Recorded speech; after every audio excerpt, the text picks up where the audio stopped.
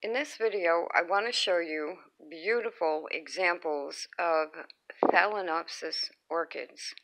Now, these are novelty Phalaenopsis, which means that you don't have a record of their breeding or their parentage or the cross that was used to make them. Often, novelty orchids are bright colors that sell well, that people just like. Whereas species orchids there's so many thousands of types of orchids, but sometimes species orchids are a little bit more plain than novelty orchids. Now, Phalaenopsis orchids are very easy to grow houseplants. They're one of the easiest orchids to grow. And I have two sizes here.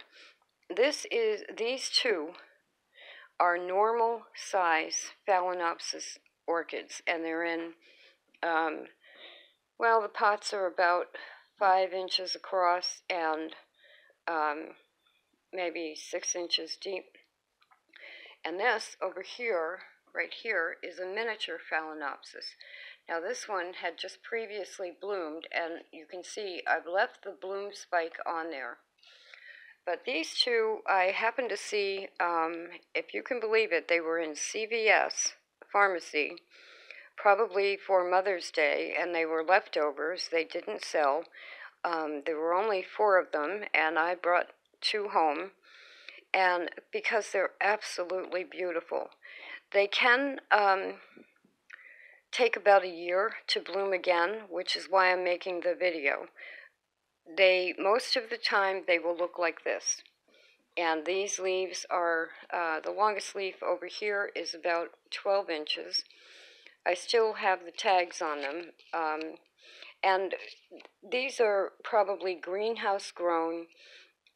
You wouldn't know how old they are by what they look like, but it can take 8 years, 9 years for them to bloom. It depends on the breeding and on the parentage. And the wonderful thing about phals is that they're beautiful. They're also so easy to take care of. You can almost treat them similar to an African violet. They can do with a moderate light amount. And I was surprised. These tags say do not overwater. And that's not really how I would phrase it. I would say pay attention to your plant. Most orchids, or many orchids, well, there are 2 types at least. Terrestrial orchids mean they grow in the ground.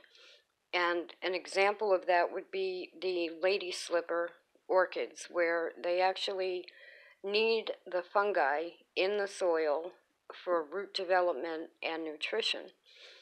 But these are epiphytes, which means they would be clinging to trees in temperate climates, warmer climates than where I am. And this is a root.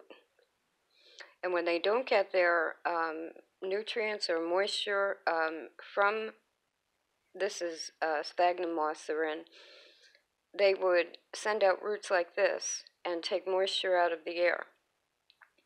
So, and you can see this one is sending out new roots. This one is actually in an orchid pot, and that leaves holes on the side, so there's a little bit more aeration through the soil, which is probably why they have these tagged as do not overwater, because these don't have aeration holes on the side, and you could just rot the roots if you did overwater them. But the better way to think about it is to, well, I don't want to pick one of these up. Maybe I can. There's a plastic liner in there, and often you can just pick the real plant right up, and you can check and see how much moisture is in there. And if it's damp, you don't need to water it. If it's dry, you need to water it. It's that simple. This is a new leaf coming out. Now, one other thing here, right here, are 2 buds that did not make it. One here and one here, and they are starting to dry out. Now, sometimes what happens is that once it starts to bloom, if you move the plant, it will lose the buds. Now that may have happened with these because I actually had to carry them home. And yes, I was walking down the street carrying 2 huge orchids.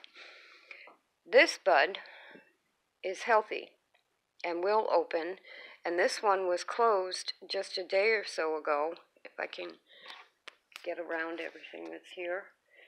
And again, they're called novelty orchids because they're just meant almost as a Mother's Day flower. This particular one is opening whitish, and this is another younger blossom, and then they turn darker pink as they age. They open